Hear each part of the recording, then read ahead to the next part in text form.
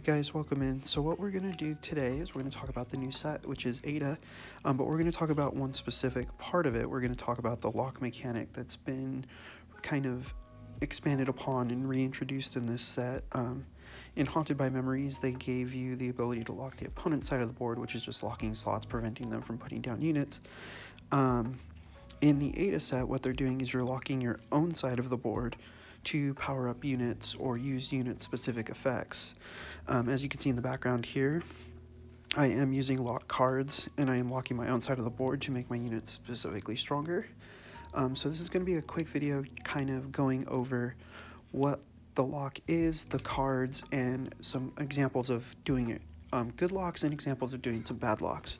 So let's get over to the cards, shall we? Alright, let's take a look at some of the cards. They're new and old, but here we go. Elusive Phantom, this is one of the cards that it has to have lock slots on the board for it to work. It's for each board slots that are inflicted with lock, you give one enemy unit -1 attack, and again, this has to have a lock on the board for this card to work. A Vaccine Sample, it's like a random generated card. You can either give your hero reduce your MP charge speed by 20% for 10 seconds, randomly lock one of your empty board slots, or randomly give +2/+2 to a unit in your hand or EX pocket. EMF Visualizer, this one is another one. You have to have lock slots on the field for this to work. Give one random unit in your hand or EX pocket with MP cost of 5 or less, -1 MP for each of the card or board slots that are locked. So again, it has to have slots locked on the field. Memory Control, it locks a slot for 10 seconds, and it also gives a friendly unit +2 HP. Another card that needs to have a locked square on the field is Preliminary Survey. For each of your board slots that are inflicted with lock, draw one card and put it into the EX pocket. Bangle of Time is an old one. It locks an opponent's empty board slot for 10 seconds. Ceasefire, it locks all board slots for 10 seconds. That's an older one. Curse Seal was one that came out last set. It's return a friendly purple unit to the X pocket, then lock a random enemy board slot for 10 seconds. Twisted Marriage is a new card. It's return one friendly purple unit to the X pocket, and then you lock one of your empty board spaces for 10 seconds and give a random enemy unit -4 attack, and that's for 1 attack. Job for the Assassin, deal damage to one enemy unit to equal number of board slots inflicted ×3. So if you have 0, it's not going to work. It'll just do 0 damage, but if you have 1, it'll do 3. If you have 2, it'll do 6. If you have 3, it'll do 9. And if a unit is destroyed, you get 3 health. Nowhere to Turn is one of the new legendaries. It activates certain abilities based on the number of locks. For 1 or more, it returns a random enemy unit with 5 HP or less to the deck. For 2 or more, it gives up to 2 random units in your hand or EX pocket, MP cost of 2 or more, -2 MP. Q is a new unit. He randomly locks a board slot, and when he does that, after he locks the slot, he gives a friendly purple unit slow and counter damage +2. Kazu, and this is when a lock is removed from the field. Whenever a lock is removed from the field, you'll give one friendly unit a shield. Chameleos, when played, you randomly lock a slot for 10 seconds, and then you draw one card. Nathaniel, when played, he locks a board for 10 seconds, but he's a 2/7. Azazi, whenever you activate a lock onto the board, he gains +1/+2 again. It can't already be a pre-established lock. You can't lock over it. It has to be a new lock. Annette Birkin, on death, she randomly locks one of your boards for 10 seconds and then gives a card in your hand -1 MP. Crystal Snail, randomly lock one of your empty board slots for 10 seconds and then give -1 attack to a random enemy unit. Gravity Beetle, when a board slot gets inflected with lock, again, it's like Azazi, he needs to be on the field when the lock happens, and it has to happen. Then he gives a random unit in your hand or EX pocket +1/+2. The new Oro is insane. He randomly locks one of your board slots for 10 seconds, but if he's ascended, he gains +1/+4 for each of the locks on the field. I know it says your board slots, but that's a mistranslation. I've been testing it. It's every slot on the field that's locked. He gets +1/+4. Nemiel, when attacking, it randomly locks one of the slots on your field, and it's an empty slot, and it gives all enemy units -1 attack. Urian is one that he benefits from locks while being in your hand. So when a lock is removed, he gets -1 MP, so he can get all the way down to a 1 cost card for a 5/3 for a 1 cost is really good. Maria is just insane. So whenever a board slot becomes locked on your side, she gains +2 attack. And when lock is removed, and this is important because it's on your side of the field or the opponent's side of the field, when a lock is removed, it deals 1 damage to a random enemy unit equal to her own attack, and you give your hero 2 life. So just insane. The new Gen, when played, he locks all empty board slots for 10 seconds, and then he returns a random enemy unit with an MP cost less than or equal to the number of the board slots inflicted with lock +3. So he can basically return a 5 unit. It's if you drop him on an empty field, he can return a 5 cost. The new legendary Ada, when placed on the field, she randomly locks one of the board slots on your field and gives all enemy units -1 attack for 1 attack. Whenever one of your board slots is inflicted with lock, she gives you +1 MP, and on her death, she returns to the EX pocket and then places a random purple unit with an MP cost of 3 or less from your hand or EX pocket to the field. Again, it has to be 3 MP or less, and that unit also gets there when played abilities triggered. So then they could lock another slot and power up units, or vice versa.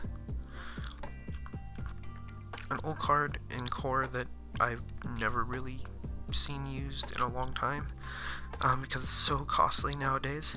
It returns an enemy, it's Magic Seal, it returns an enemy unit to the EX pocket and inflicts lock on that board slot occupied for 10 seconds. And then lastly, there's the new basic Ada. She's a 9 cost, but whenever there is a board slot inflicted with lock, she gives -1 MP to herself, and then when she's placed on the field, she locks a board slot for 10 seconds, and then she returns all unit cards in front of board slots that are locked to the EX pocket, so she can basically bounce anything in front of a lock to the EX pocket. So that is all the lock cards. There are 27 different types of lock cards, or cards that react to lock. And so there's that. So let's get into some good and bad lock, shall we? Alright, this first example of a bad board lock is this. I have a unit on the field that gets buffed by a lock. I already have a lock on the field, and then when I drop Nathaniel, he doesn't get the buff. That's because it was already locked, so Nathaniel's lock doesn't go into effect, which doesn't activate the ability. Here's another example of a bad lock. So Nemiel locks the board, and so there's already a lock on the field, and then I drop again, so his ability doesn't activate, so therefore it doesn't proc, and therefore every unit he has on the field gets to stay. And I get lucky to get out of this field presence, but you get what I'm saying, where the ability had to go off, or the lock had to happen for the ability to activate. Here's another bad example of where to place Ada. Ada's ability is if the 9 cost Ada is if she sends a unit back to the deck or the EX pocket, if they get a lock in front of her by her ability. So that's when you watch that, I dropped her in front of the unit, which then locked below, which means I didn't bounce the unit. Here's another example of just not paying attention and using Ada's second art. Again, he was playing a choral orchestra deck, and so I didn't pay attention to the cost of Magma Dragoon. I thought he was at 4, he was at 5. Ada's art only at that point, because I had Get on the Field, did 4. So then he stayed on the field. So that's an example of bad locks. So let's take a little bit of a look at some good ones. Alright, let's take a look at some good locks. Here, there's a 4 MP Nash on the field, and then he drops 4 MP Carlos. I know that Ada's art's going to give it to 4, so it's going to clear their field, and then I get my attack off. Plus, he got the buff, which led to the win. This is just a clear game of just nothing but playing the board lock how it's supposed to go. He's getting some damage in, but I drop Maria, and then I drop Ada to activate her ability, and block because I want to get Ada's secondary ability off. By pulling those 3 MP units out of my hand there. And as you can see, it popped right out. And I have Ada back, and I'm not dropping her here because then she wouldn't lock a board slot to activate Maria's ability for a second time. And then here's using the lock to return a unit with 4 MP or less unit or HP unit less to the deck. And then Maria's ability would go off on the lock if there was somebody on the board. And here's an example of using again in the right time. There he was able to lock and remove a unit. And that's pretty much all she wrote on that. So that's an example of using the board lock properly to control the field. Here's another one of a good bait and switch. So I bait him by using Assassin, but I don't have a lock, so it wouldn't work. But then I am able to pull Gen or Oro from the field to get the lock, to get the kill, and then I have enough to clear out the field.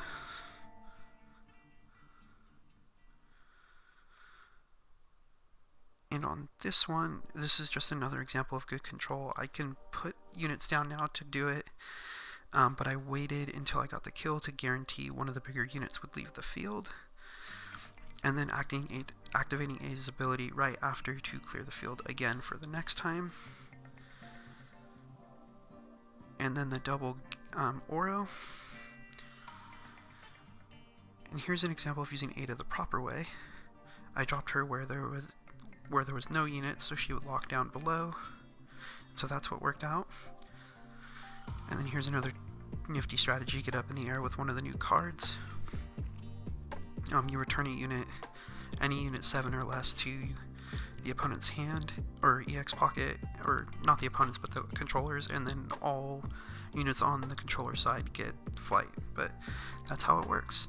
So that's the basics of good locking and bad locking. I can go into more detail later if people would really like. This is just kind of like a quick overview because I've seen people wondering what goes wrong here or there, or why the unit's abilities didn't activate, and so I just wanted to make a quick explanation. So you have to have a slot open for the unit to activate their ability or for the lock to happen. So there's that, and there you go, guys. So hope you guys are enjoying the set so far, and it looks very strong, very fun, and I can't wait to get into more, and I'm going to be coming with a deck video for Ada pretty soon. So thank you guys, have a good night.